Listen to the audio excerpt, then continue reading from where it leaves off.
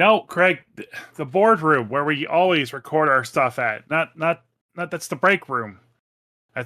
Why is it full of gnomes? It starts with the same letter. You know he can't spell. Boardroom, break room, bathroom, they're literally all the same thing to him. Is that why we keep finding on the conference table? Yeah, I didn't want to say anything about it, but yeah. All right. Well, I'm Grumpy Dungeon Master Christopher. That's Grumpy Dungeon Master Jay. We're followed again by Coffee Mancer the Kristian. Hello. Or be Kristian the Coffee Mancer. That would probably sound weird. Better, maybe. Yeah. Anyways. Yeah, that's better. We're still talking about the new D&D 2024 crap. We're going to cover races today. First and foremost. I'm sorry. Species today. We're covering species. I honestly did not make that mistake as a joke. It's hard for me to flip that over. Once again, I'm old. It will 100% always be races to me. Yeah, it's just hard for me to flip. I make an attempt to flip that switch just to follow the same vernacular as people ask me to. It's just sometimes I mess up. But anyways, species. Lineages would have been much better. But you're right. We did kind of mention this too. Like, if D&D was a space adventure, species would be perfectly fine, and we wouldn't bat an eye at it. But we're not gonna. If it had been species in 19 whatever when I started playing, I'd call it that. If it had been lineages, I'd call it that. Yeah. So yeah, we're gonna go over to species first because it's kind of a quick list, and then we're gonna cover the druid and the cleric. Your only healing options yet again for D&D 2024. What are you talking about? Everybody can just heal now with potions as a bonus action. Oh yeah, that's right, because they broke their own game. That's cool. Oh yeah, warlocks can heal themselves. Everyone can heal themselves. It's gonna be a healing jamboree. Only for you. Well, I tell you what, it is gonna cause a problem. Mark my words. All right. So in alphabetical order, the first up is new to the player's handbook, the Azamar, which is your angelic kind of race, right? Celestial race. Chris, I'm proud. I'm very proud of you. You actually pronounced it correctly. I've been playing a lot of Baldur's Gate 3. And I've heard the word a lot now. So essentially, they're not changed really from the Mordenkainen's Monsters of the Multiverse listing where they had it.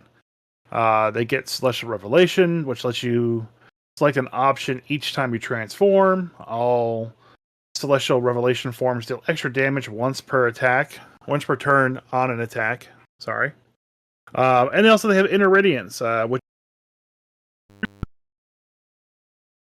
damage equal to your proficiency bonus within a 10-foot radius, and the extra radiant damage on one attack per turn has been moved to the broader Celestial Revelation feature. Just changes that don't mean anything. Nothing too bad. No, they're still cool. Yeah, they're the opposite of the tieflings. I'm glad that they're here. It always felt weird to me that tieflings were here, but ASMR weren't. If you're going to bring in one of the planescape races, bring in the other one. Yeah, it kind of did feel it felt right to bring them in too, because especially after Baldur's Gate 3, when you had such a big named NPC being an SMR, just it worked. Dragonborn. Dragonborn now get their breath weapons as it was functioning with Fizban's Treasury of Dragons, where it can be used as part of your attack action.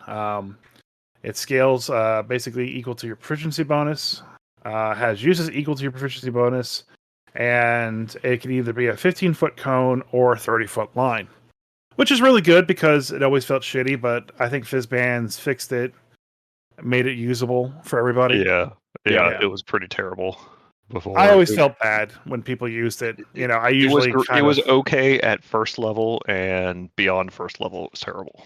Yeah, but now that it actually scales up with damage and all that stuff, it's going to be useful and really good for fighters. Yes. Anyone with multiple attacks. Not much for a rogue. That'd be kind of weird. Would you let them use sneak attack bonus? That's because it's now part of the attack action. No. No, because it's not an attack still. But you can sneak attack with your offhand So your main attack could just be the breath weapon. Yeah, And if you're in my game, you could sneak attack with your breath weapon. I don't care. I'm allowing, since it's part of your attack action. I don't care. You can do it. New to their class, species. New to their species, they get flight. Starting at level 5, Dragonborn can sprout spectral wings that appear similar to your breath weapon. You gain a fly speed up up to 10 minutes, and it resets once per long rest. Hate everything about that. Yeah, I love it. I don't care that people can fly because I just knocked them out of the sky and they have an instant death save failure. Oh no, that's not what I hate about it. I hate the fact that it's spectral wings. Just give them actual wings, god damn it. My only issue is that it's not restricted by armor, but it may be in the actual book. Yeah, we're just getting kind of the cliff notes. Yeah. But I feel like that's something they would have said in here if that was actually going to continue. You know what? I don't think it is because it's the weird spectral thing. And I think in Fizzbands, one of the like groupings of Dragonborn got it. I think it was the Gem Dragons that got this, and it wasn't restricted because it was the weird spectral wings. And yeah, I would rather just, hey, you get real wings and it's restricted, but whatever. Yeah. I'm not too worried about it. I mean, I haven't running through that flying campaign that I basically built. It wasn't that much of an issue, but then again, I did kind of go out of my way to restrict the flight of the players in the environment that they were in. So, yeah, there's always ways to do it. At 5th level, you got spellcasters that can fly too. So, at that point, it doesn't matter. Yeah. Dwarves have been streamlined. They now all receive Dwarven toughness. Dark vision is now a range of 120 feet, and they have an updated stone cutting. Stone cutting is now basically been they updated stone cunning. I said cutting. Stone cunning. The 2014 feature has been replaced. They now gain tremor sense for 10 minutes on stone surfaces as a bonus action, and they can use that trait a number of times equal to the proficiency bonus. I actually like this one. Okay. Then why increase dark vision? Why even give them extra dark vision? Just give them the tremor sense bonus action thing here. Because they live underground. They should have really good dark vision. To me, 60 feet is good enough. No, it's not. If you live mostly underground, think about how many times in your life you are looking at things further than 60 feet away. It's, to me, the kind of arbitrary like cutoff of vision is just a weird thing anyways, because no one's vision cuts off at a specific point where it's just like completely gone. It's like, I can see out to this far and then I can't see at all. Like, you wear glasses, Kristian? Just say they could, but say they could just say they can see in the dark and that's how my vision works. Let it be up to the DM to tell you based on the environment. Chris can only see 60 feet at all. I can see 15 feet in front of me, and then everything else is just too blurry to tell. Yeah, so. And if you don't move, he won't see you. So just hold perfectly still when he's hungry. T-Rex vision, yeah. Yep. Yeah, but no, so the vision I don't care about because it's not going to be an issue in my games. The tremor sense to me makes sense. It's a cool thing for dwarves that are supposed to be like one with the earth, and some of the myths they're actually like they were shaped out of rock themselves when they were created and stuff. Yeah. So it makes sense. It's cool. I always liked that they had the ability to kind of like tell how stones worked and like where they were from. I had a lot of people always utilize that within my home games and within Adventures League. So I'm probably still going to give them an aspect of that a little bit, even if it's not part of their kit. Yeah, same. It just kind of felt right. Yeah. Yeah. To me, it would just be something when a dwarf decides to ask something about stonework. I'll be like, oh, well, yeah, make a check and make it with advantage because you're a dwarf. Yeah. As a dwarf, you know about stones and mining. It's what you do. Mm-hmm. I licked it. It's porous. It's a bow. But according to them these days, that isn't the case because if you don't have the background for it, you don't know shit about mining. So, yeah. Also, their speed is now 30 feet, so they don't have kicky legs anymore. Ugh. I don't know how I feel about that because bring back 20 feet of movement. That's what I want. 20 feet of movement. On one hand, the 20 feet, 25 feet just kind of felt it felt shitty always not being able to get right where you wanted to go. But then I understand you're a smaller race, but then again, that's why you got dark vision, and you don't want to bother people like that, and be mean. I don't know, but I kind of okay with the fact that everything is like a defaulted 30 movement feet. The problem is it's boring and lazy. It may be boring and lazy. It's not. No, it's not. I guarantee you, my kids can outrun all of you. They're small, but they can still move faster than you guys. I don't know. I'm pretty quick. Yeah, I'll just kick your kid and run. Just kick them as they get close. Yeah. So I don't mind the 30 feet. I honestly forgot that their movement was only 25 feet. Yeah, I don't mind it being standardized at 30 feet. That would have been fine. But that's not how it is later. We'll get to that. Elf. You can choose insight, perception, or survival for your keen senses trait. Show me anyone who's not picking perception out of those three. Right. Yeah. You no longer suffer from Drow. No longer suffer from sunlight sensitivity. My wife, playing mostly Drow characters, has a problem with that. I hate it too. She doesn't like the fact that Drow from a canonical standpoint, being 1490s DR to now, I think it's just 1510 DR is 5.5-ish time frame, I think, that they've gotten rid of sunlight sensitivity. Like, you can make an argument for like Illustrate Drow not having to have that problem. But then again, you're getting down to like physical issues with a character, and they really are trying to avoid that with this edition. Hence, no more sunlight sensitivity. No matter how we feel on the subject, and I'm all for, races being wholly unique from each other. They've gotten rid of it. There's the part of me that doesn't like it just because it seems like a weird reason to change it. But on the other hand, when I think about where it came from, it really came from in previous editions. It was there to balance out the absurd benefits that they got that were more powerful, things like old school magic resistance and things that they used to get that you needed some negatives to balance out. That used to be the case in 3.0 and 3.5 and Pathfinder. Certain races got things that were just better benefits mechanically in the game, and so you had to balance those. But that's not really the case here anymore. So it just kind of felt like a holdover. Yeah, except that it destroys everything that's been canon about Dark Elves since first edition. And if you go read shit tons of novels about Dark Elves, one, they're all blinded by sunlight unless they've been living up above ground for many years. Depends on the world, actually. Well, now I can't say for Greyhawk, but Forgotten Realms, which is the core setting, that is the case. Whatever. That has been the core setting for a very long time. That is the case. They are all blinded by sunlight. Two, they all lost their innate magical abilities by coming into the sun for extended periods of time. Right.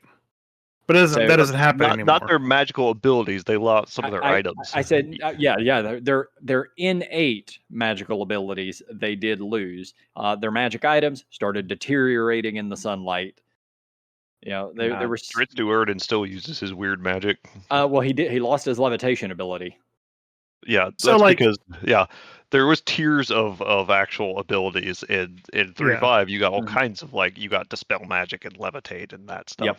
But you kept your darkness. Yeah, he kept the dark. He kept darkness and fairy fire, but I don't know. Which is just it was a weird thing of why did you lose some of them but not all of them? I think specifically the reason for that was because he had been from a noble house, which is where the nobles those ones came from. He got levitation due to that. Yeah. So, anyway. Yeah, it was it's a whole weird. But you come like Dragonlance, dark elves there are just elves that have been cast out of society. Yeah. Eberron, dark elves live in the jungle. They don't live underground. They live in the jungle. In some other places, dark elves are really the elves that live in the dark forests, like in the deep parts of the forest. So it's I don't know. I get I don't think it matters. I think it matters a lot, but that's just me. For the drow stuff specifically, I go back to my wife and what she thinks because she's the drow in the family, and she doesn't like it. That is what it is. I mean, even in our last game where they've been walking outside, they're in Waterdeep, it's daytime, and she was like, "Oh shit, they're doing a perception check trying to find something," and she, had to roll at disadvantage because of the sunlight sensitivity. So I think you don't know how this works. We've all LARPed. You just hoods up for stealth and you're fine. So I think for her, part of it's just, getting into the mindset of the character and staying there. But then again, I don't think the majority of players will like her and would forget about it a lot, So on one hand, I'm glad that they're streamlining it and not having too many negatives, because mostly having any species is a straight positive now. You just pick your positive essentially. So let's keep moving because we got high a lot. elf. Yeah, high elf. They get prestidigitation, So they but can they can choose replace. a different one. Or they can choose a different one if they wanted to. Wood elf, they now get Druidcraft cantrip. Each elf also. Is your cat purring into the microphone? I think so. Yeah. Yeah, I hear him. Yeah. Oh, he's so sweet, isn't he? Yeah. Elves also get an associated pair of spells at 3rd and 5th level. I guess for the drow, it's going to be Fairy, Fire, Darkness, as it always is. I'm not sure what the other two get, but not much change there. Gnome, their speed is now 30 feet. Forest gnomes now get speak with animals as a spell that's always prepared for them. Rock gnomes get mending and prestidigitation cantrips. The Tinkerer trait has been reworked for the rock gnome in 2024, and its effects are based on prestidigitation, but they didn't give any more details as to what that means. Yeah, need more info. Probably something like they can create multiple of the magic tricks. It says you could still have 3 devices, so there's still something related to devices, and you could still have 3. Yeah. So who knows?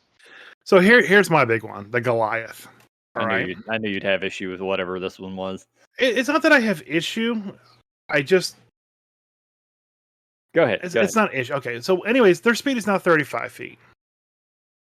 What the hell? Why are you breaking the whole? Let's have everyone's speed be 30 feet, and then making Goliath speed 35. You can't have negatives, only positives. Well, that's not a negative to say to have 30 movement feet. That's in line with everybody else. Because giants really haven't had extra movement based on their size. They have extra movement based on a medium creature, but they really should have like double the movement or something along those lines for the monsters. Maybe they're reworking that in the monster manual and giving giants more movement speed, because they really should have. They have twice, 3 times the stride of a normal human. So at minimum, they should be moving 40 feet. That's what they all are at base is 40 feet, but that's not enough. It should be like 60. So hopefully they're readdressing that. That's the only hope I have. I just found it weird that they're getting 35. The giant ancestry from the UA has basically been brought over. You now pick your descendancy from your giant status, so you can be cloud or storm or fire or what have you, and you get a different benefit on each of those. It's in the UA. You can look at it. At level 5, they can use a bonus action to become large for 10 minutes. Get big. And how are they not large anyway? Like that should just be a thing. Well, so in the current thing, they had something called Powerful Build, which basically says, for all intents and purposes, you are a large creature. Yeah, when it comes to moving and lifting, and so that's gone now. Now it's called the Powerful Build. Now, it no longer grants proficiency in athletics, but you have advantage on saving throws made to end the grapple condition, in addition to increased carrying capacity. That is the normal Powerful Build. They're saying Goliaths didn't used to have Powerful Build. They had something called Little Giant, which was sort of like it. No, they had Powerful Build, which is actually kind of weird. I don't know what Little Giant is. It's called Powerful Build, and it basically just says you're considered a large creature, but you're not a large creature. Well, I know. Need details. Yeah, very, very weird on the text there. But right. I really like that aspect from the Goliaths always being considered quote unquote large at all times and having all those benefits. So I don't know. Sounds like that. It sounds like they'll probably still have it. You get increased carrying capacity, advantage on Saving throws to end grapple. Yeah, Okay. we'll see the text, but it sounds pretty similar. So I was wrong. In the Morton Canyons book, they called it Little Giant. In the other Monster Manual is Powerful Build. You gain proficiency with the athletic skill, and you count as one size larger when determining your carrying capacity and weight you can push, drag, or lift. So as long as that still is there, that you count as one size larger, that's fine. You don't need proficiency in athletics. I like the advantage on athletics better. Yep. All right. Halflings. Their speed is 30 feet, and they get all the halfling stuff. Brave, nimbleness, luck, all rolls in. Because halflings are OP. They are the superior race. I mean species. But now that they're 30 feet, yeah, they are. Well, according to Dark Sun, they always were. That's true, yeah. They'll fucking eat you if you disagree. They'll eat you. Human. They have a new set of traits and are more closely aligned with the 2014 variant human traits. They gain heroic inspiration. This is the 2024 version of inspiration whenever they finish a long rest. So that's okay. Whatever. Yeah. They get 1 proficiency in the skill of their choice, which is okay. And you have an origin feat of your choice in addition to one of the gained during your character creation. So, okay, that's neat. Free feat. It's the way humans were in 3.0, 3.5. They just essentially just said, all right, we're going back to how they used to be. You're the jack of all species. Yeah. You're the jack of all species. Yeah, I kind of like it and I kind of hate it. So many things about this game I'm mixed on. Because I'm absolutely going to miss my +1 in every stat. Well, all the stats from all the species have been removed. I know, but I'm going to miss my +1 in all stats. You know, that was nice when I had like a 15 and a 13 and yeah. At the same time, if you can pick a feat, and obviously I need to see more because I don't know what feats you'll have access to. Yeah. But straight out of the gate, being able to pick an extra feat as a human is gonna make people tend to lean towards human if the feats are really good. Yeah, pretty good. Orcs seem to have gotten the shaft. They're based on the on the Monsters of the Multiverse version of the orc. They keep their adrenaline rush, and it's used now once per short rest or long rest. It basically recharges on the short long rest. Their dark vision has been expanded to 120 feet, and they no longer have the powerful build feature. Which, okay, then what else did they get? Doesn't look like they needed much. I mean, adrenaline rush is cool unless you're not playing a melee fighter. Like, it's still cool. You could use it to get backwards as a wizard and get some HP. That's still pretty cool. I guess. All right, and last but not least, the tiefling. They now choose from one of the 3 lower planes, either abyssal, chthonic, or infernal. In each variant, one has a damage association tied to it and a pair of spells that they get at 3rd and 5th level. Kind of very similar to how the elf was set up. Huzzah. Yeah, pretty much huzzah.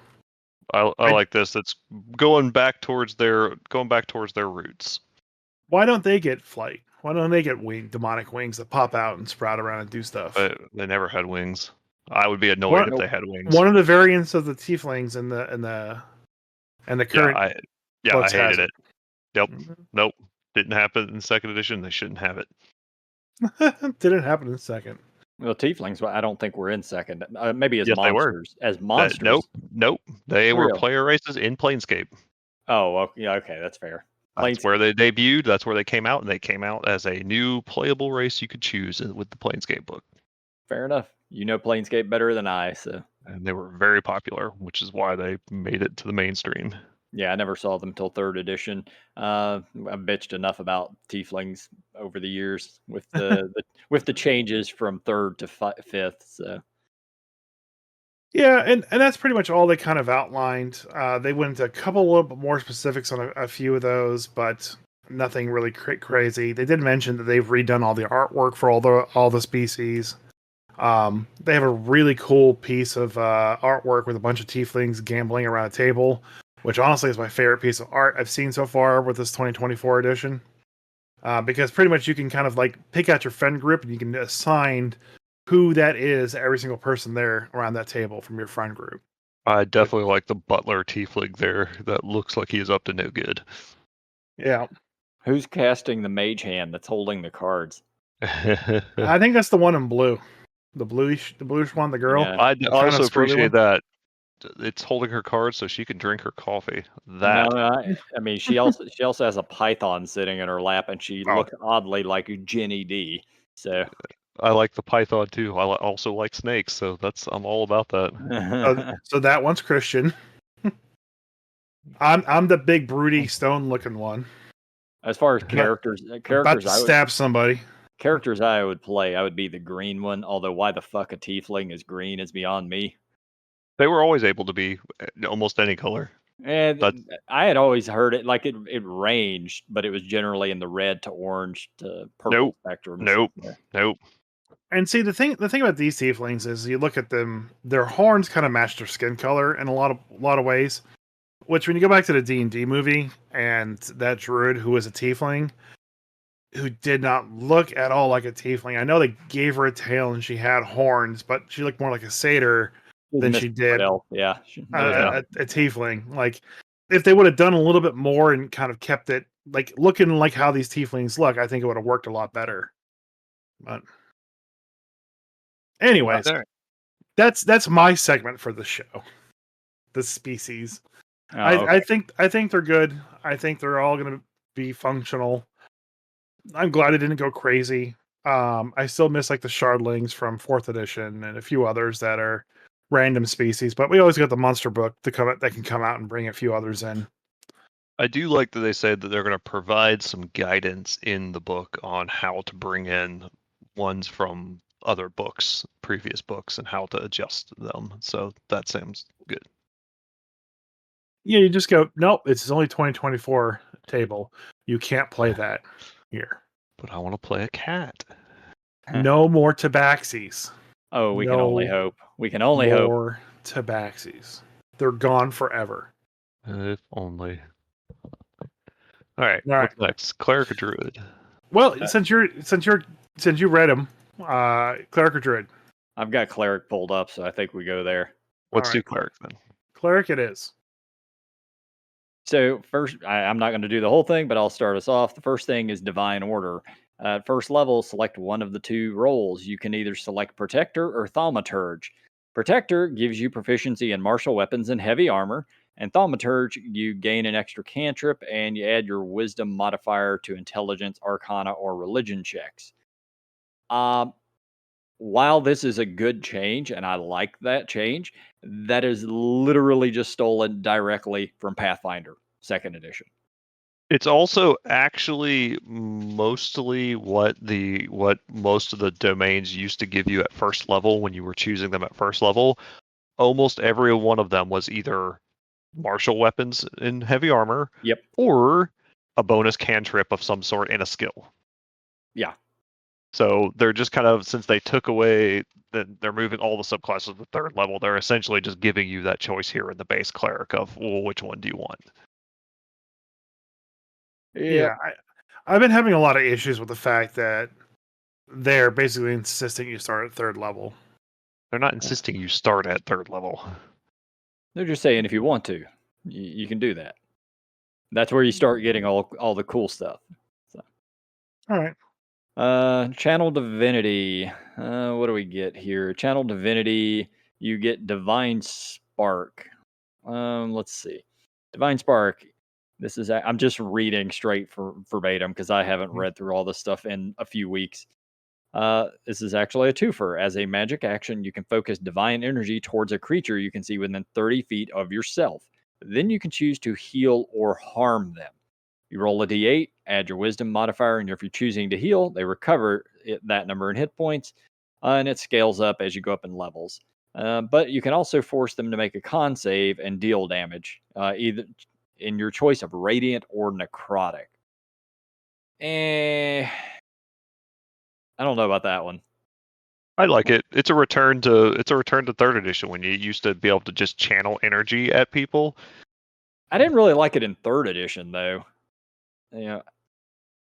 I don't really have a good reason why I don't. It gives you more variety of what you can do if you're channel divinity, and as everybody who's played a cleric knows, your channel divinity is oftentimes just useless. Yes.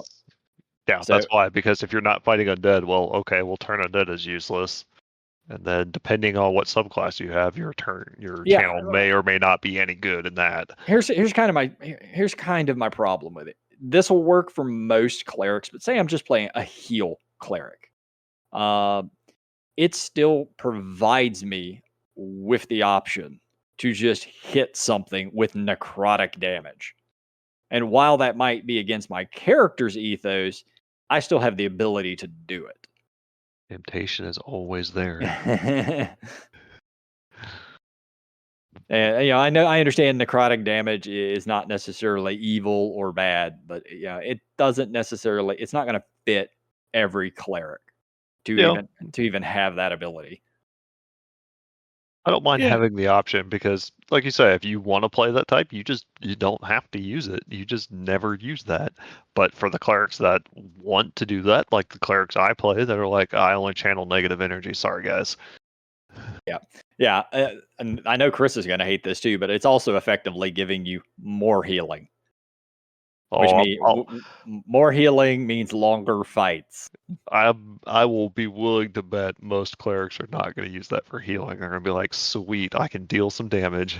Yeah, maybe. It's going to depend on the player, but yeah. All right, we'll see.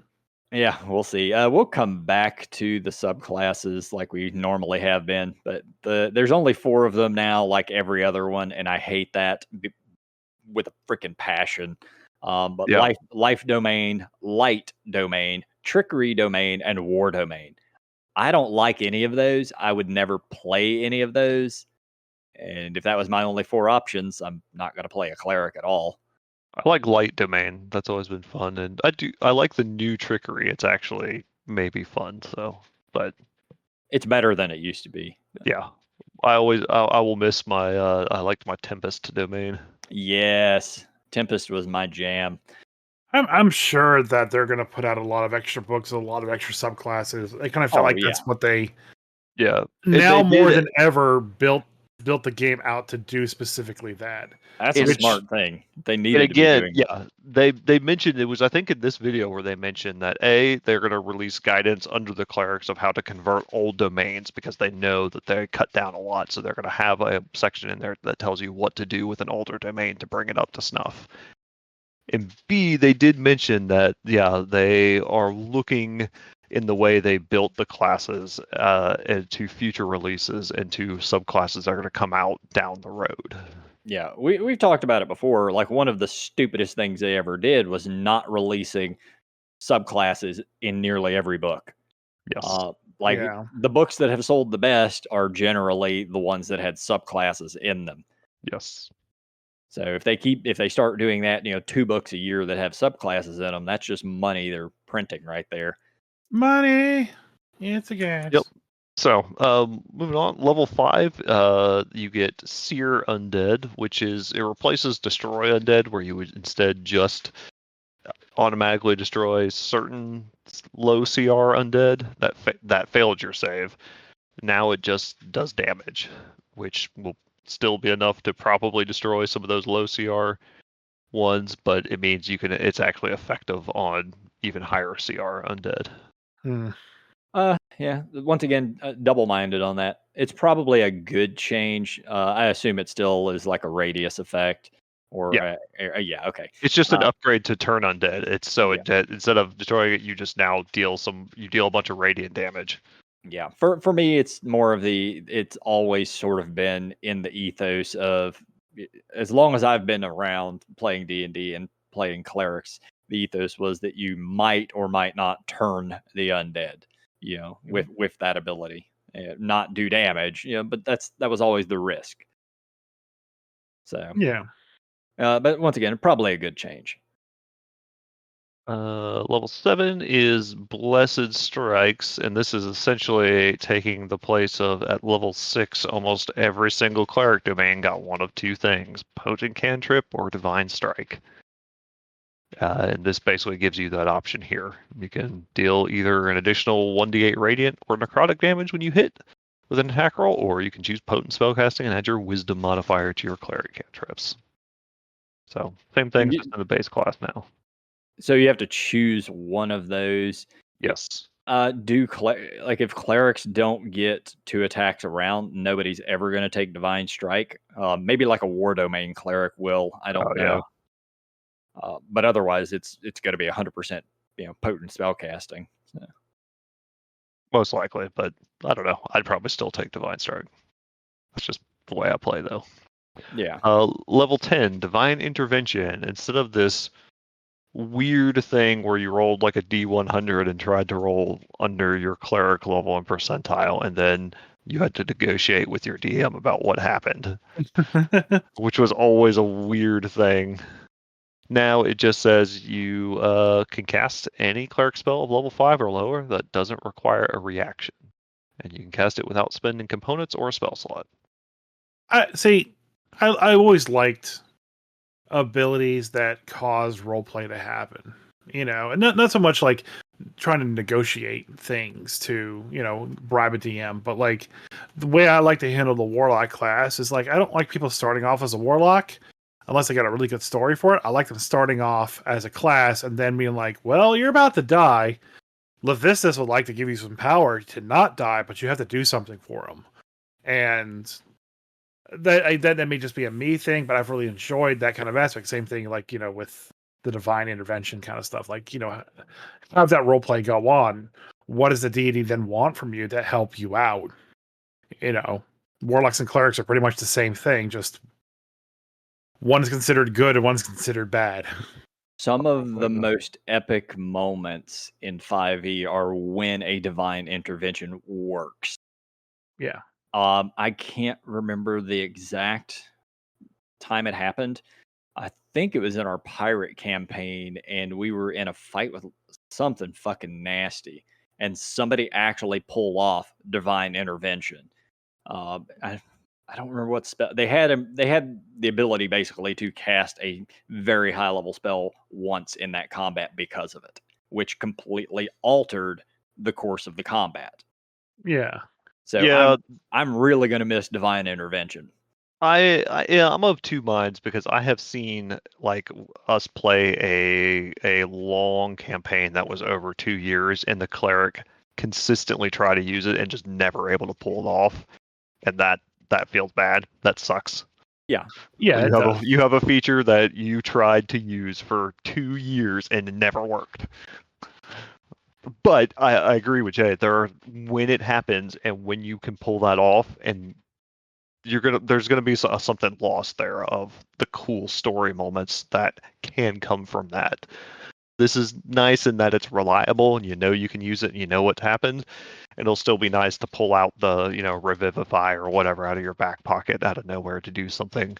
But there's gonna be definitely something lost here in those cool epic moments where you say, oh man, I finally rolled at DM, can I do this? Let me or just I call out to my deity to aid us in this time of need and let the DM choose something. There's something lost. A lot of these abilities we've been talking about for these new classes have felt more like giving constraints to things, giving defined definitions to constraints. Like in Baldur's Gate 3, you haven't reached the level yet, I think, Kristian, where you have a cleric that has divine intervention. I have it. I haven't used it. I'm saving it. It's in my back pocket. So yeah, it's a once per campaign thing. And there's a couple of options for it. Like one is like getting granted a weapon. And there's a couple other like really cool effects that can happen from it. And those are kind of neat. And you can kind of abuse it. Like if you find an NPC that has it, you can make them cast it for you, But then again, like I would rather divine intervention be used for anything, but like a lesser wish. And I know like the level 20 ability is basically it's a wish spell, Yeah, and I get where they come from in Baldur's Gate. You don't have a DM there. You have to make decisions that a program can understand and execute. So but that in was tabletop, you don't, and that kind of I understand where it feels bad when you can't pull it off, but the open-ended nature of having that DM there to then say, "I want to do this cool thing. I finally did this. Let's make right. a cool story moment." You're gonna miss that. Which is what I was trying to get to is I think a lot of these changes for a lot of these classes, especially this one, is to define what's going to happen in the VTT. Yeah. It's streamlined, it's boring, it's structured, it's very corporate. Like this divine intervention, the way it was what I love in role playing games. And this version is awful because of that, in my opinion. Yeah, no, I do like the other one better. I just, yeah, I will miss those kind of the epic moments. So, Yep. yeah. All right. Improve Blessed Strikes. Just improves what you chose at level 7. Your divine strike does more damage, or your potent spell casting. Whenever you deal damage, you can grant yourself or someone else some temporary HP. Okay. Level 19 is everyone gets an epic boon of some sort, whatever those are. The one they recommend is Boon of Fate. You increase one ability score by 1 to a maximum of 30 when you or another creature within 60 feet succeeds or fails on a d20 test. You can roll 2d4 and add or subtract it from the d20 roll. Yeah, that's But you can choose whichever one you want. That's just the one they sort of line up as a suggested thing. And level 20 is when your divine intervention becomes you cast the wish spell. Yep. They did mention, I think there's like some they talk about how you can use the wish and interacts with divine intervention, but that's where you get the I do something weird. Okay. Well, if it's like standard 5e wish, you're probably not doing anything weird. You're just casting any spell from 8th level or lower. But yeah, probably. Anyway, so let's take a look back at the subclasses. We'll start with the life domain. I never played life domain. I don't know anything about what it does. The life domain is mostly basically the way that it was. This is where they did mention that your preserve life channel undead works, or channel divinity works on undead and constructs. Okay. So you can heal undead and constructs with that. Oh yeah, that's right. I remember them talking about that in the video, and I hate that with a passion. I'm hating so many of the cleric changes. I know I sound like a fucking broken record here, but well, the note was that they had designed encounters that had a benevolent undead or construct that was with the group, and the group had no way of healing or preserving that person without some kind of specialty hodgepodge added to it. Be them. Right. I get that.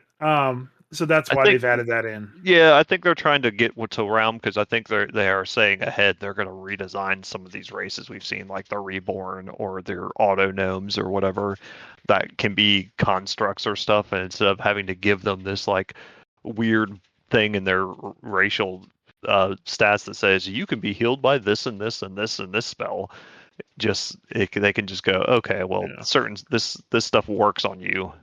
Yeah, but it's streamlined and boring. Like, I mean, but that's the way World of Warcraft works. So, well, World of Warcraft, it's not fun most of the time. So, it's yeah, I get it. Though I do like that there was some mention that certain healing spells might hurt certain kinds of undead again, right, and that I like. Yeah, I like that. But if you wanted to heal undead, they need to bring back what they had in 3rd edition, where you could just flip flop. You could cast the inflicts to heal. Just like we did in LARP forever. You cast the inflict version of it to heal an undead, and the cure version to hurt an undead. It's very simple. Everyone can figure out how that works. Yeah, I agree. That would have been an easy thing. You could have just given it, Yeah, if you want to have that undead running around with you, then can be reversible, and you just pick when you cast it which one you're doing. Yep, that's how it should have been, but that's mostly the life domain. Other than that, it's mostly really unchanged, which is a very boring subclass in general. yeah, unless you just want to heal and do Yeah. nothing else. Yeah, that's why I never like it. The Yep. light domain. And I've actually played a light domain cleric in 5e before. Light domain. Yep, domain. So it is about divine illumination, not only just fire and light, but also kind of like, illumination, vision, being able to see that which is unseen. So they said they have tweaked the spell list. They said they're trying to maybe bring in some stuff that I guess is more about some detection or vision type spells, but don't worry, Fireball's still here. Yeah.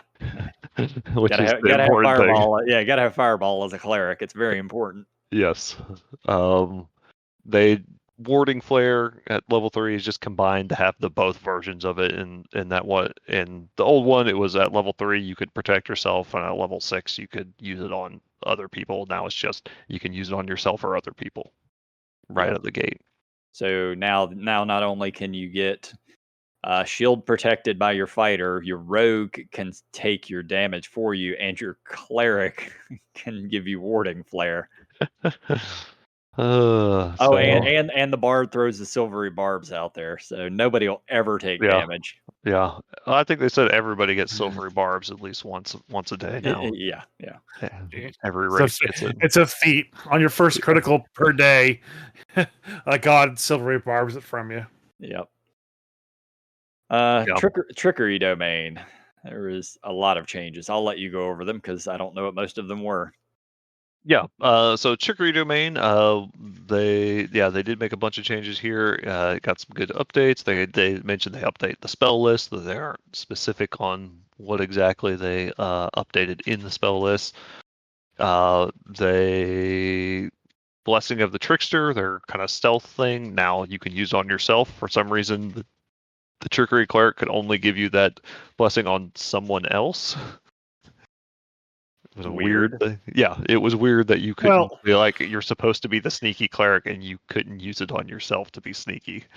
I mean, I have a player that plays a rogue, a dual class rogue trickery domain cleric. He doesn't need it. That's all I'm saying. It always goes on the paladin. Yeah, a rogue doesn't need it, but just a straight up cleric, especially if you choose to wear heavy armor, you do need it. Yeah. I mean, I'm the kind of person who doesn't really multi-class. So if I was playing a trickery domain cleric, I'm gonna just play a trickery domain cleric. Yeah, invoke duplicity. They have improved that. You can summon as a bonus action now, and you don't have to concentrate it on it anymore. Yeah, because it was fucking terrible before. Yes, because it took your whole action to do it, and you had to concentrate on it, so it meant you weren't using any of your really good concentration cleric spells, which meant no one ever used it. Yep.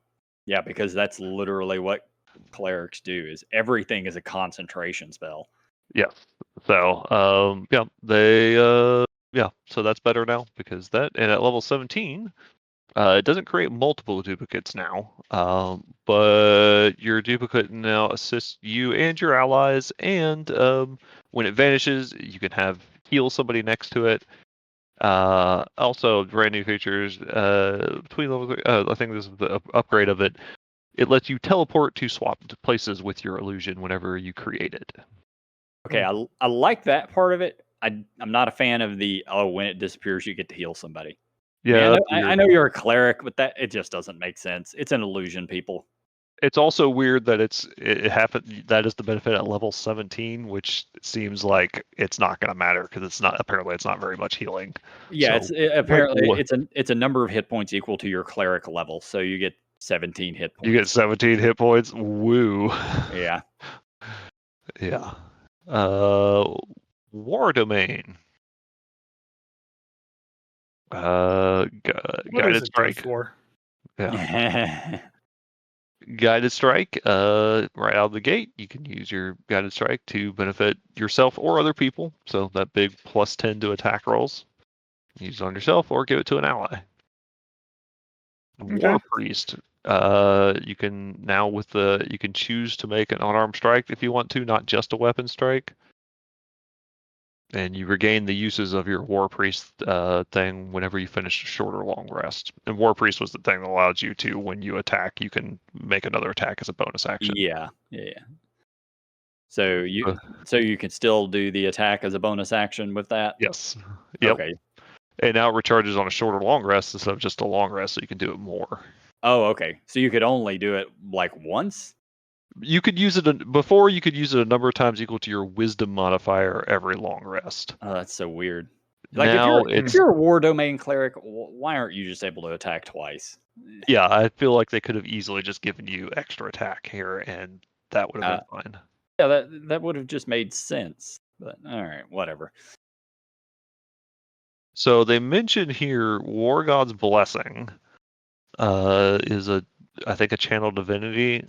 You can spend your channel divinity used to cast Shield or Faith or Spiritual Weapon, and when you cast them with your channel divinity, you don't have to concentrate on them. Oh, that's cool. I actually like that. Though that is suggesting that in the UA there was a change to Spiritual Weapon where it required concentration now. Yeah. Yeah, that would suck. And that is suggesting that that might be true. Now, Shield of Faith always required concentration, so maybe it's really just a change to Shield of Faith. Yeah, I never cast Shield of Faith because it required fucking concentration. Yes. And I wanted better spells to concentrate on. Yeah, but that's cool for the War Cleric, is that they can do just that now. It makes it worthwhile for them to cast it. Okay. So, and then they have their Avatar of Battle. It is resistance to bludgeoning, piercing, slashing damage, period. No longer only from non-magical weapons, which kind of was a crappy capstone at level 17, where you were almost never fighting something that wasn't either using magical weapons or had its attack count as magical weapons. Yep. How long does it last for? Oh, it's just all the time. Oh, okay. You're a level 17 War Cleric, you are just resistant to weapon damage. Huh. So you're better than a barbarian at that point. At that point, barbarians can rage as much as they want. So yeah, I know, but you have to activate the rage. This happens while you're sleeping, when you're bathing. Like it's just always going. That seems it seems a little potent, but yeah, well, no, it's level 17, so nobody's ever going to get it anyway. Yeah, no one will ever see it. I love how we're still making that joke, but it feels like it's going to honestly be true. Yeah, so those are cleric domains. Yeah. I mean, our group is talking about maybe playing through Eve of Vecna after we finish Ravenloft, and by that point, the new edition will be out. So if we decided to do that, we would in fact get to level 17. Yeah, I'm really worried about my Eve of Vecna group and like the transition between the two, but we'll see what happens. That's neither here nor there. All right, so that's everything for Cleric then, right? Yeah. I do have to kind of state that I think the biggest problem with this Cleric class is it does feel like they're getting rid of it being a healer, which isn't a bad thing. It's kind of sucks being like pigeonholed into one role. But it's going to maintain all its healing stuff, and they're going to, make it so that you're more offensive. But then everyone can now heal, and you can still not heal just as well as you used to. And now everyone can heal better on top of that. And yeah, you're a bit more offensive now, but is your role to be a healer now, or you to be support, or you just be to be DPS? Like, it depends on your cleric. Yeah. I have played with a War Cleric who was definitely not a healer. He was just a frontline fighter that would cast some buff spells. Yep. And our current light cleric in our game is, I will heal you if you are dying. Otherwise, you better believe I am blasting. He is basically he's an evoker. So that means that they have to give all the classes an ability to keep themselves up and running, like the potion bonus action stuff, all the extra healing that they're getting.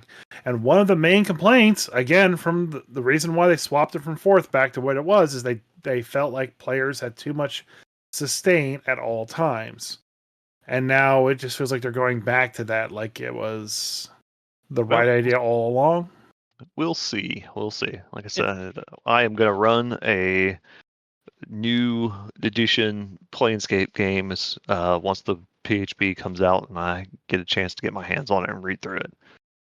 So I will let you know how it goes and how fights go.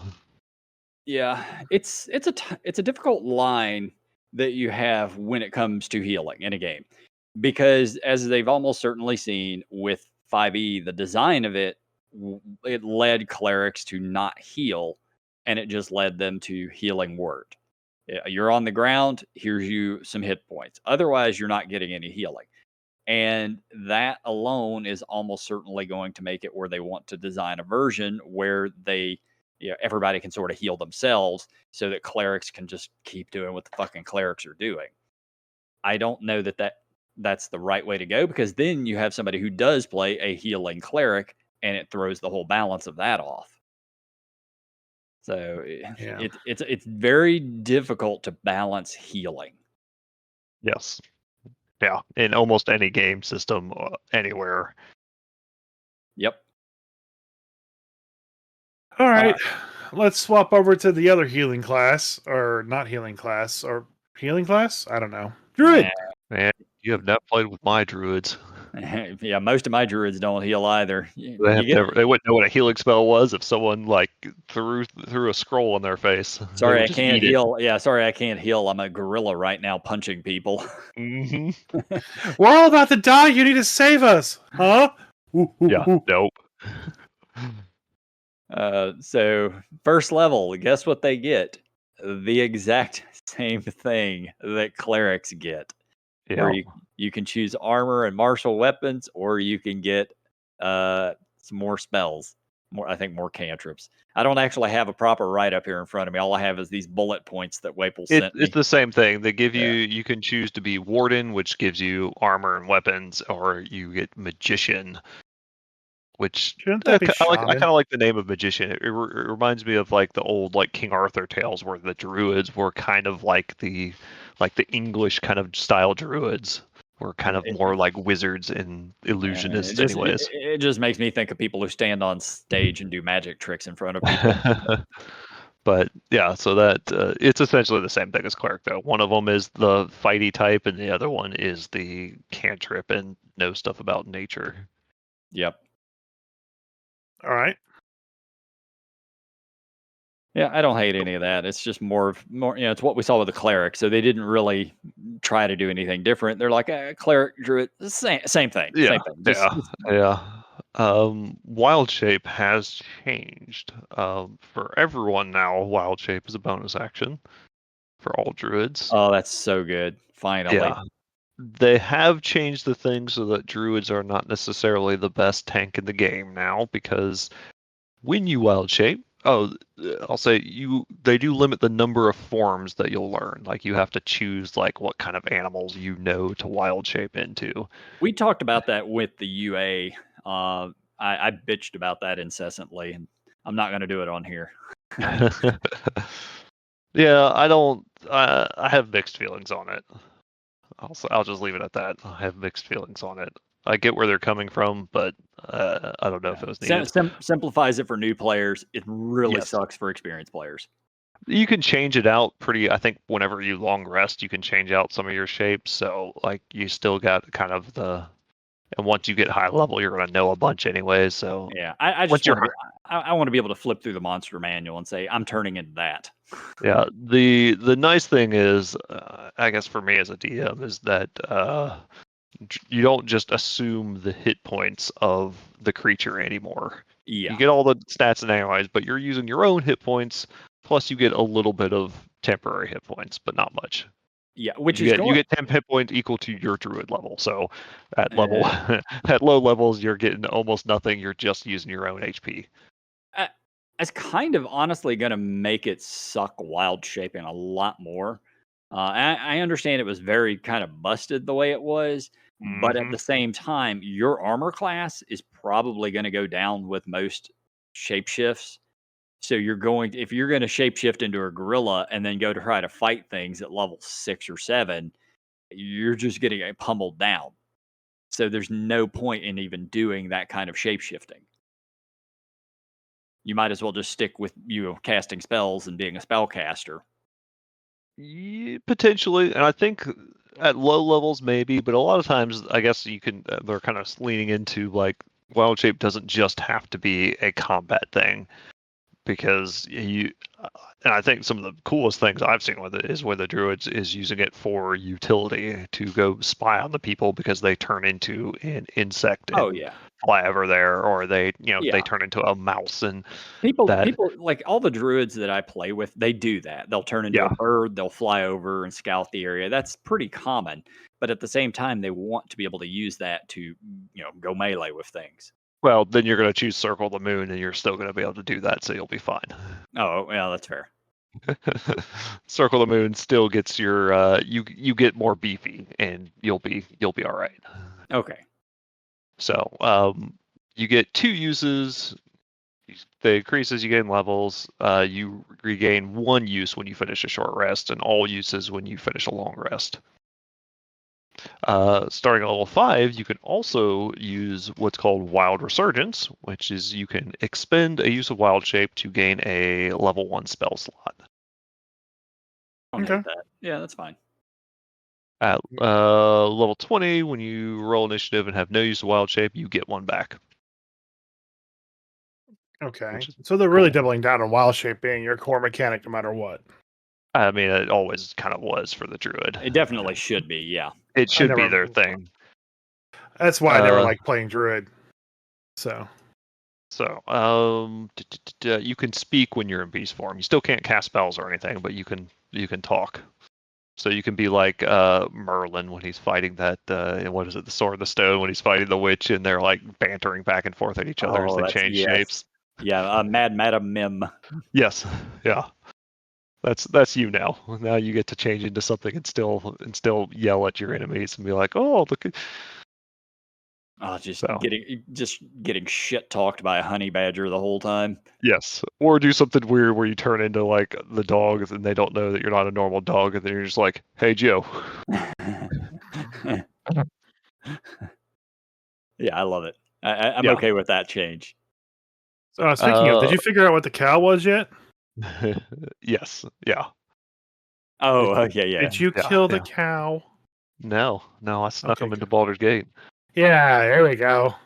Grantham apples, sneak into Baldur's Gate. Yeah, that's the right thing to do. Yeah, definitely. At level 7, you get Primal Strike, which gives you an additional D8 of cold, fire, lightning, or thunder damage when you hit a creature using a weapon or in beast form. So it's kind of like it's the Cleric one. It's kind of like the Cleric one. I like it more. I like that it's like you get to choose an elemental one. It fits with the Druids theme. Yeah, and you can do it when you're in beast form. Yes. Okay, that's cool. So it enhances your animal attacks while you're wild shape. They do a little more damage. Yeah, which needed it. You also have the thing of that was in, I think this is in Tasha's, but you can expend the use of wild shape to cast Find Familiar if you want to get a little animal buddy. I saw that. I hate that. I want a little animal buddy. Find Familiar should have stayed with the arcane classes. Yeah.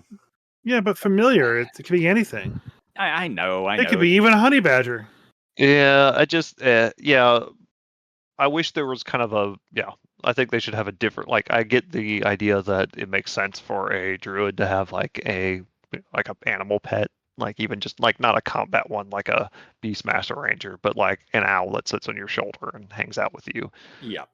I love that idea, just not through Find Familiar. Yeah, I agree. I think they could have found another way to do that.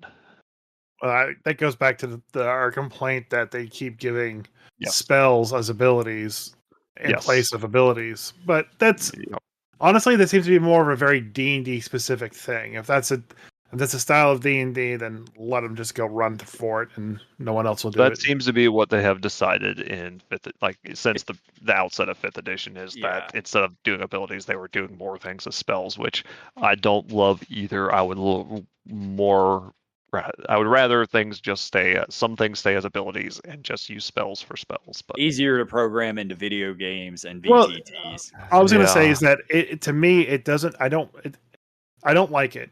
But if they're consistent with it, I'm perfectly happy with it. And that is always going to be my issue. If they're consistent with it and they don't give everyone, all right, well, fighter's going to get this ability, but it's also like that spell over there. That's stupid, but don't mix the two flavors, you know? Yeah. All right, what else we got? I'm trying to look at it. They mentioned there's a new the Archdruid capstone has been changed up. You get the wild shape back whenever you roll initiative. You get one back. You get a better version of Wild Resurgence. You can spend multiple wild shapes for I think a higher level spell slot. You still get just the flavor text part of the you don't age anymore or you don't suffer the effects of old age and all that jazz. Yeah, which has never mattered in D&D since second edition. You age, but you don't suffer the effects. You're going to suffer forever. It only mattered when like a ghost would hit you and you'd age 10 years as a human. Yeah.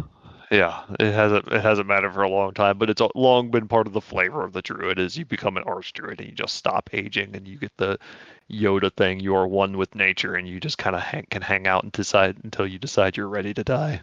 Yeah. Damn seagulls. That's fine. Whatever. Yeah. So that looks like that's most of the changes. The biggest thing is really the change to wild shape and how wild shape works. And do we have any real info on the subclasses? Circle of the Moon, Circle of the Land, Circle of the Sea, and Circle of the Stars are the subclasses. So Circle of the Stars is from Tasha's, and it's basically just from Tasha's. They brought it over and said they said they made some slight tweaks to the spell list and a couple of clarifications, but it's mostly just Tasha's.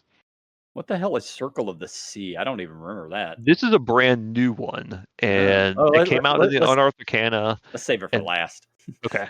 It was actually cool. I actually really like it. So first off, we'll go to the one that everyone picks and became the thing that you had to design every other druid subclass to go up against because it was clearly the best. Circle of the Moon. So Circle of the Moon was all in 2014 was just always hands down the best because you got the hit points of whatever you were turning into, and Circle of the Moon lets you turn into more powerful creatures. Yep. So they have tried to play around with it a little bit to still lean into this is the shapeshifter subclass, but also give it some stuff that relates to the moon. Imagine that. So you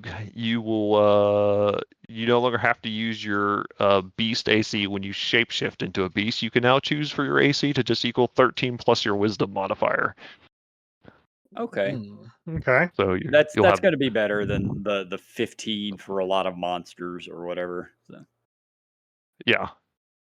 Moon druids now get even more temp HP. They still get temp HP, but I think instead of their druid level, I think they get triple their druid level or more.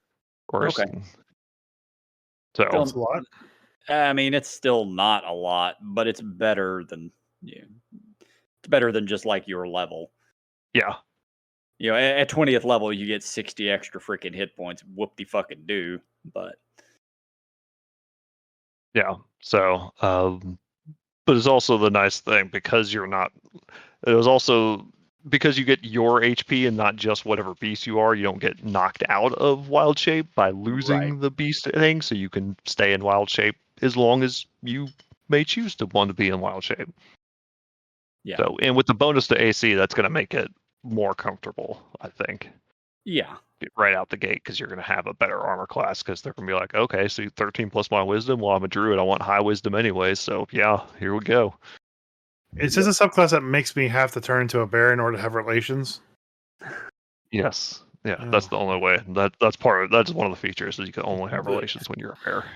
Yeah, like you have to train that shit at first level, man. Yeah. So, they mess with the spell list. You get more moon type spells.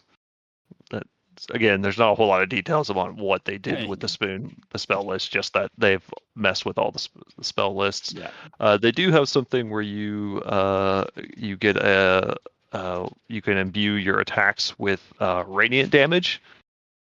So you can add extra radiant damage, which also stacks with the like elemental fury one of the other one. So you can add elemental and radiant damage to all your attacks. Well, at that point, you can actually do some damage.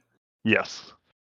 You will also gain multiple attacks when you're in your beast form. Okay. And I'm not hating any of that. Like that's At 10th level, you get Moonlight Step. You can teleport as a bonus action, and you get advantage on the next attack after you teleport. So you get surprise attack. That's interesting. It's Moonlight Step. Yeah, all right. I don't. I'm sure the flavor seems a little weird on it, but I'm sure it's fine. Level 14, you get Lunar Form. You can choose for all of your damage from your thing to become, I think, be radiant damage. And when you use your Moonlight Step, you can bring somebody with you. That's cool. Ooh. I do like that. So when you're a bear, somebody can ride on you. Yep. And then you could just teleport with them. Is that a halfling fighter riding a bear? Yes, it is. It is. So that's Circle the Moon. They're still the best wild shaping one. You're gonna be the best at wild shape. You're gonna be able to fight more in wild shape. You'll be able to deal some decent damage and make a good number of attacks. Yeah, seemed all right. Yeah. All right. Circle No complaints. Yeah. Circle of the Land. Circle of the Land is where Circle of the Moon is your wild shape and fight people. Circle of the Land is your spellcaster druid. So it used to be you had to basically just pick one type of land, and then that you were locked into like you are a mountain druid. Yep. Now it basically you get to pick like whatever type of land you want to attune to whenever you rest, and then you get your spell list based off of that. Yeah, this goes in the same vein as the ranger. I kind of liked them being sort of masters of certain areas, and then, honestly, with druids, if you look at the long-term history of druids within D&D, they were literally the masters of certain areas. You had your set of woods that you protected. You had your oasis in the desert that you protected. So losing that right there kind of goes against what the druid has always been. Yeah, I get to an extent, I agree. I remember that stuff as you would be locked into it, but there was also a type of druid, even in second edition, that where you're like wandering druids that were the ones that brought make it a subclass. Well, I think that's what they're kind of doing. A Circle of the Land is you're the ones that wander the land. Yeah, but the Circle of the Land was literally they're literally turning it around and going the opposite direction. Yeah, they're just making it more flexible. They changed the land types to just be arid, temperate, polar, and tropical, I think. Yeah, that's all right, sure. Yeah. They mentioned that they have revamped the spell list for all of them, and some of them are spicy. Okay. Yeah, that means. Spicy. Spicy. Well, you were just talking about shapeshifting into bears a minute ago, so. Yeah, they get a new ability called Land's Aid. It's a new way to use Wild Shape for spellcasters. You can burn Wild Shape to cause an eruption of nature magic that harms enemies and can heal someone. Okay, clerics. Yeah. They took our jobs. I mean, isn't that what they did with the clerics that we just covered? Yep. You still get your natural recovery, which is kind of like the wizards, they can regain some spell slots, and they can cast one of their level 1 spells without spending a spell slot. Yeah, it's fine. They get Nature's Ward at level 10. You get a damage resistance of a type associated with your choice of land, and you're also immune to the poison condition. Okay. Oh, good. Yeah, Can't be seems- poisoned. Yeah, at level 10. Yeah. Yeah. Well, Level 14. here's my one problem with that is that you can't be poisoned at level 10 as a druid, a spell casting focused druid. Yeah, You know, it doesn't matter. yeah, I'm not rolling attacks on you anyway. I'm throwing fucking spells at you. Yeah, I'm concentrating on spells or throwing spells that probably require a saving throw. So Yeah, that seems useless. level 14, they said they redesigned Nature Sanctuary. It's another non-shape shifting use for wild shape. You can cause trees and vines to erupt in an area to give you and your allies half cover, and then allies in the area share your Nature's War damage resistance while they're in that area. I've seen enough Evil Dead to know where this is going. I don't know. That's all right. Yeah, I kind of like that. I think that's kind of cool. You're kind of creating a temporary Druid's Grove, so I think that's neat. Yeah. Your allies in it get some benefits, and you share your kind of damage. You make a little. I think it's cool. There's nothing in that Circle of the Land, nothing at all that would make me want to pick that over Circle of the Moon. Yeah, not even close. They're like they are not even on fucking par with each other. No. I will tell you, I will choose land over moon all day long. You don't even like casting spells. No, but I don't like shape shifting more. Oh, okay. Yeah. Circle of the Moon's a lot of fun. The new one is the Circle of the Sea. This is about oceans and storms. Now I'm going to be a druid pirate. Yeah, I mean this is right up my alley. Yeah, this is your sea and storm clerics. They're like, oh, we somehow forgot that those were part of nature. And now we did not. We unforgot it. So the sea spells, they mentioned you're going to get a mix of aquatic and storm, thunder, lightning type spells, but didn't say he did mention the spell list again as normal. He did say they're trying to make sure there's enough things that will be you're not bound because they wanted to be storms too. You're not just bound to just the sea. This is also your storm druid. Yeah. So they don't want to. They're trying to avoid what they call the Aquaman problem of most aquatic classes have of okay, cool. I'm either only useful in campaigns that are exclusively focused on seafaring. Yep. Come fight me in the water, bro. Come fight me in the water. Yeah. If you were here, I would stop you. But yeah, this is storms too. So but you'll get lots of storm type spells. You get level 3 is you get Wrath of the Sea. This is a new ways to use your wild shape that is not shape shifting. You manifest an area of storm and ocean spray around you that moves with you. And while it's active, you can force somebody to make a con save, and they take cold damage, and you throw them out of the aura. Are you guys ready to get wet? So I'm taking you to Splash Mountain. You're at level 6. Your Wrath of the Sea increases in aura, and you get a swim speed equal to your speed. Why the fuck do you have to wait to level 6 to get a swim speed equal to your speed? That should have been level 3. I agree. I think it's weird that you're gonna wait, but you should be able to breathe underwater and have a fucking swim speed right out of the gate. Yep, I agree. Level 10, you get Stormborn. While Wrath of the Sea is active, you also get a fly speed equal to your speed, and you gain resistance to cold, lightning, and thunder damage. Sometimes it feels like they're not trying. Just like, oh shit, we gotta give them the opposite of it now. No, I like that because that's the storm part. Like, okay, now I am the storm. I am flying around and throwing lightning at people. I've watched all the X-Men movies. I've read the comics. I know how this works. No, I'm down with that. That's cool. At level 14, you get Oceanic Gift, and you can now also choose to manifest your Wrath of the Sea around someone else, and then you also get it while it's. Okay. So now you get to expand it to one of your allies. You basically can hand off your aura to somebody else. So if you're in the back throwing lightning, you can give it to your fighter up front. And yes. Get some free damage in and stuff. Okay.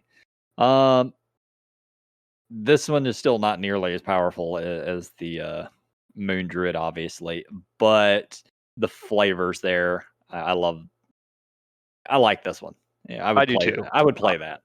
I was a big fan of this one. I agree that it is not mechanically as powerful as the Moon Druid, but it's fun. Yeah, when it comes to clerics, my favorite clerics are always storm clerics. I don't know why. If I play in a video game and I have a cleric, that's the first one I'm going to pick. So I would do the same with the druids. Hell, I even played a storm, whatever the storm barbarian is, for like 12 levels, 13 I levels. always try to do like lightning and thunder, like storm, even wizards. When I can do like a storm sorcerer, storm wizard, I like those. I've never been the one that wants to go and be the pyromancer, the classic fire wizard. I'm like, no, let me be the storm wizard. Yeah, my personal preference is that as well. At LARP, however, I throw a lot of fire just because I came across magic items that give me fire spells. Yeah, fair enough. But anyway. That's the druid. Well, Circle of the Stars. Circle of the Stars is from Tasha's, and they basically said they didn't really change anything. Oh, okay. So I had a lot of people be Circle of the Stars in my AL games, and it's annoying, but they have a lot of damage. Do you get meteors okay.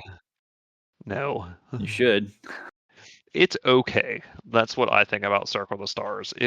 It's definitely not as good as Circle of the Moon, and it's just kind of mediocre. I definitely say it's more than mediocre because, like I said, they can't hardly ever be targeted. They're hiding in the shadows and all that shit. It was pretty rough dealing with them. But I mean, more power to them, especially being in the land of eternal twilight. Use that to your advantage. Yeah, so they picked the right class for the campaign, is what you're saying. No, just whenever you say, "Oh, what time of the day is it?" Well, it's the rhyme. It's always the sun's never shines. Okay, perfect.